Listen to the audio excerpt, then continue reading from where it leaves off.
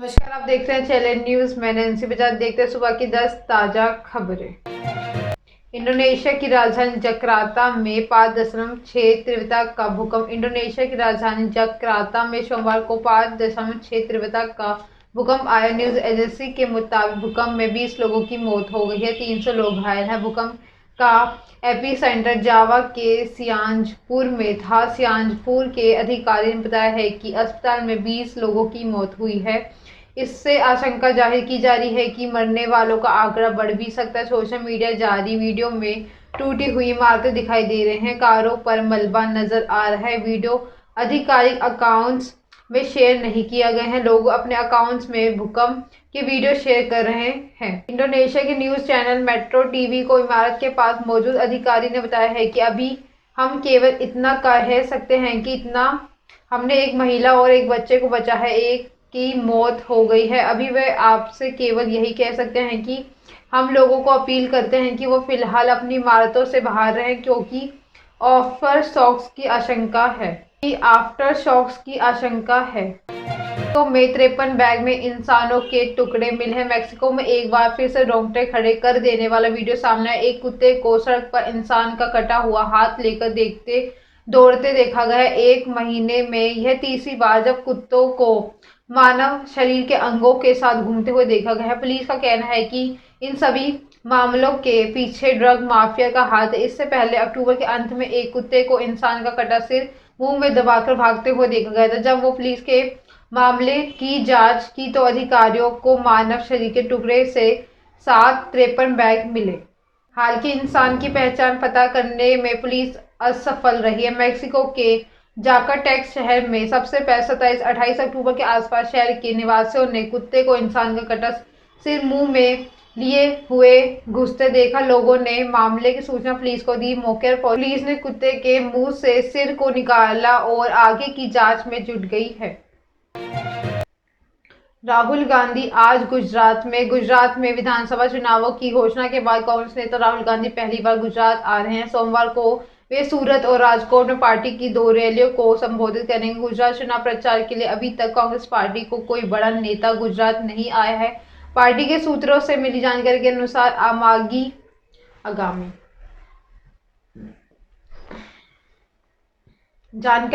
आगामी दिनों में प्रियंका गांधी भी गुजरात आने वाली। प्रधानमंत्री नरेंद्र मोदी गुजरात दौरे का आज तीसरा दिन है। आज वे सुरेंद्रनगर, जंबूसर और नवसारी जनसभाएं करेंगे। वहीं कल उन्होंने सुबह वेरावल में बाबा सोमनाथ के दर्शन के बाद अपने चुनावी प्रचार की शुरुआत की। इसके बाद उन्होंने वेरावल, धोराजी, बोपाट और अमरेली में 4 जनसभा की। इसके बाद शाम को अहमदाबाद का भाजपा कार्यालय कमलम में पार्टी के नेताओं से चर्चा की।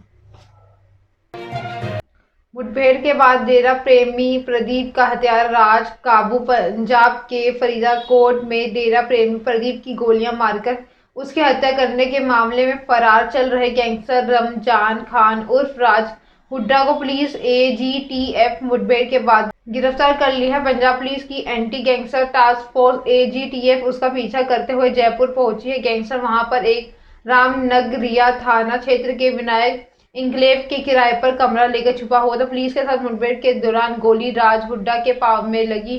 पुलिस ने तुरंत प्रभाव से उसे पकड़ लिया। इसके बाद वह पुलिस उसे एक स्थानीय अस्पताल में लेकर गई। मुठभेड़ के बाद रामजान खान उर्फ राज हुड्डा के पकड़े जाने की पुष्टि पंजाब पुलिस की डीजीपी गौरव यादव ने की है। उन्होंने ट्वीट कर कहा है कि पंजाब पुलिस की एंटी गैंगस्टर टास्क फोर्स को केंद्रीय एजेंसियों और राजस्थान पुलिस के साथ ऑपरेशन सफल रहा है। उन्होंने ट्वीट कर कहा है कि डेरा प्रेमी की हत्या में शामिल रमजान खान उर्फ राज हुड्डा राजस्थान के जयपुर के मुठभेड़ के बाद पकड़ लिया गया है।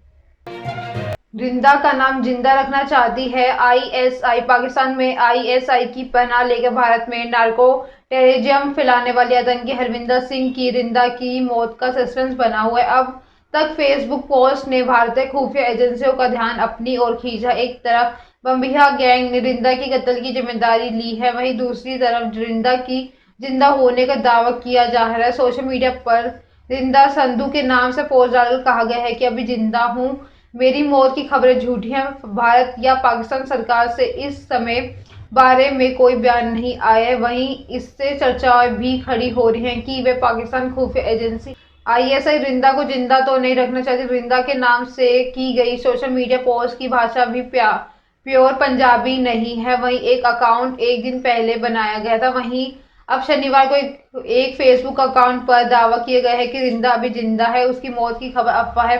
हैरानी की बात यह है कि उसके मारने के बाद भी पाकिस्तान खुफिया एजेंसी आईएसआई उसके नाम को क्यों जिंदा रखना चाहती है। आईएसआई की ये हरकत इसलिए भी सवाल खड़ी कर रही है कि अगर रिंदा जिंदा ही होता तो उसका सबसे पहले वीडियो सामने आना चाहिए था, लेकिन ऐसा कहीं नहीं हुआ। ना तो रिंदा सामने आया और ना ही बब्बर खालसा इंटरनेशनल को किसी पदाधिकारी ने रिंदा के जिंदा होने का भी दावा किया है। श्रद्धा की हत्या के बाद हिंदू मुस्लिम कपल की रिसेप्शन रद्द। श्रद्धा वालकर की जिस निर्ममता से हत्या की गई है उसने पूरे देश को हिलाकर रख दिया। हर तरफ आरोपी आफ्ताब के खिलाफ गुस्सा ही है। इसी बीच शनिवार को महाराष्ट्र के वसई में एक नवविवाहित हिंदू मुस्लिम जोड़े की शादी का रिसेप्शन रुकवा दिया गया है। जानकारी के मुताबिक वसई में स्थानीय धार्मिक संगठनों के विरोध के बाद इस रिसेप्शन पर रोक लगाई गई है। 27 साल की श्रद्धा पालघर के वसई की रहने वाली है, जिसकी हत्या करने आरोपी ने 35 टुकड़े कर दिए थे। रिसेप्शन का मामला उस समय तुल पकड़ा जब एक प्राइवेट न्यूज चैनल के एडिटर ने शुक्रवार को आमंत्रण की एक फोटो ट्वीट की। इतना ही नहीं, उसने ये लव जिहाद और आतंकवादी एक्ट का इस्तेमाल करते हुए श्रद्धा हत्याकांड से जोड़ दिया। एडिटर ने ट्विटर पर हैशटैग लव जिहाद ट्रेंड कराया। न्यूज एजेंसी पीटीआई के मुताबिक पुलिस ने बताया कि रविवार को एक सभागार में हिंदू मुस्लिम जोड़े की शादी का रिसेप्शन होना था। ट्वीट वायरल होने के बाद स्थानीय हिंदू और मुस्लिम संगठनों ने हाल के मालिक को फोन किया और रिसेप्शन रोकने के लिए कहा। पुलिस का मानना है कि उन्होंने ऐसा इसलिए किया ताकि इलाके में शांति बनी रहे। 41 दिनों से अल्बानिया में फंसे लखनऊ के नितिन। लखनऊ के राजाजीपुरम के रहने वाले नितिन मिश्रा 11 अक्टूबर यानी 41 दिनों से यूरोप के अल्बानिया देश में गिरफ्तार है। पीड़ित परिवार नितिन मिश्रा को भारत वापस लाने के लिए विदेश मंत्रालय से लेकर सरकारी मदद पोर्टल तक में गुहार लगा चुकी है। परिवार वालों का आरोप है कि ड्रग्स केस में उसे फर्जी फंसाया गया है। अभी तक कोई सुनवाई नहीं हो। नितिन की बहन नैना मिश्रा का कहना है कि ना ही परिवार की कोई सुनवाई कर रहा है, ना तो कोई कानूनी मदद मिल रही है। बहन नैना मिश्रा का कहा, भाई ने फोन पर बताया है कि गोमांस खाने के लिए जबरदस्ती की जा रही है। रोज खाने में मांस परोसा जाता है, पीटा जा रहा है। हिंदू होने की वजह से मांस खाने के लिए मेरे भाई ने कई बार विरोध किया तो उसे जबरदस्ती मांस खिलाया गया। 30 अक्टूबर 2020 को मदद पोर्टल पर शिकायत दर्ज होने के बाद अभी तक कोई सूचना नहीं मिला। अल्बानिया में गिरफ्तार नितिन मिश्रा के परिवार को कोई जानकारी नहीं दी। अब वे अंधेरे में बैठे हैं। हम ये भी नहीं जानते हैं कि नितिन मिश्रा आज कहां है। यूपी एटीएस के छापेमारी का सैयद काजी को पकड़ा। यूपी एटीएस ने आजमगढ़ में छापेमारी कर 50,000 के इनामी सैयद काजी को मंदूरी एयरपोर्ट में गिरफ्तार किया। एटीएस ने बिलरियागंज में 27 अक्टूबर की रात छापेमारी कर 2 आरोपियों को आफ्ताब आलम और मैनूरुद्दीन शेख को गिरफ्तार किए। इन दोनों आरोपियों के पास से निर्मित हथियार बरामद किए गए। मामले में 4 आरोपियों के खिलाफ मुकदमा दर्ज कराया गया, जिसमें से 3 आरोपियों को गिरफ्तार किया जा चुका है। चौथे आरोपी काजी काफी दिनों से फरार चल रहा था। काजी पर अपनी गन हाउस से बिलरियागंज निर्मित हथियारों को पूरे पूर्वांचल में बेचने और तस्करी करने का आरोप लगा है, जिसके बाद यूपी एटीएस लगातार आरोपी की तलाश कर रही है। यूपी एटीएस और पुलिस की संयुक्त टीम छापेमारी में बड़ी मात्रा में हथियार बरामद किए। मामले में बिलरियागंज थाने मुकदमा भी दर्ज किया गया है। आरोपियों के कब्जे में 4 पिस्टल, 10 एयर गन, 1 बंदूक पेन गन के साथ बड़ी संख्या में अर्धनिर्मित हथियार और 2 बक्से भरकर हथियार बनाने के उपकरण भी बरामद किए गए हैं। इंडियन फुटबॉल में फिक्सिंग, सिंगापुर कनेक्शन। भारत में क्लब फुटबॉल में फिक्सिंग के आरोपों की सीबीआई जांच शुरू हो गई। सीबीआई टीम ने हाल ही में Delhi Dwarka all India football federation AIFF का जाकर अधिकारियों से पूछताछ की। फेडरेशन में क्लबों और एक इन्वेस्टमेंट की जानकारी मांगी गई है। भारत ने फुटबॉल के गवर्निंग बॉडी AIFF इस फिक्सिंग केस में सिंगापुर के मैच फिक्सर का नाम सामने आ रहा है। भारतीय फुटबॉल महासंघ के सचिव साजी प्रभाकरन ने कहा है कि AIFF मैच फिक्सिंग को कतई बर्दाश्त नहीं करता है और हमने क्लबों को जांच में सहयोग करने के लिए एएनआई के मुताबिक भारत में क्लब फुटबॉल में मैच में फिक्सिंग का मामला रविवार को सामने आया।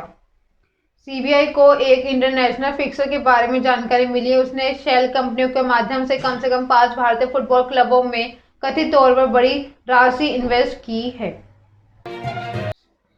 दृश्यम 2 के लिए ब्लॉकबस्टर साबित हुए संडे। अजय देवगन स्टार दृश्यम 2 ने संडे यानी अपने रिलीज के तीसरे दिन जबरदस्त प्रदर्शन करते हुए 27.17 करोड़ का कलेक्शन किया। फिल्म ने रिलीज के पहले 15.38 करोड़ जबकि दूसरे दिन में 21.39 करोड़ की रुपए की कमाई की थी। इस तरह फिल्म के टोटल कलेक्शन अब 64.14 करोड़ हो गए हैं। करीब 60 करोड़ में बनी इस फिल्म ने 3 ही दिनों में अपना पूरा बजट निकाल ली है। अब ये अनुमान लगाया जा सकता है कि पहले हफ्ते में फिल्म 100 करोड़ का आंकड़ा पार कर लेगी।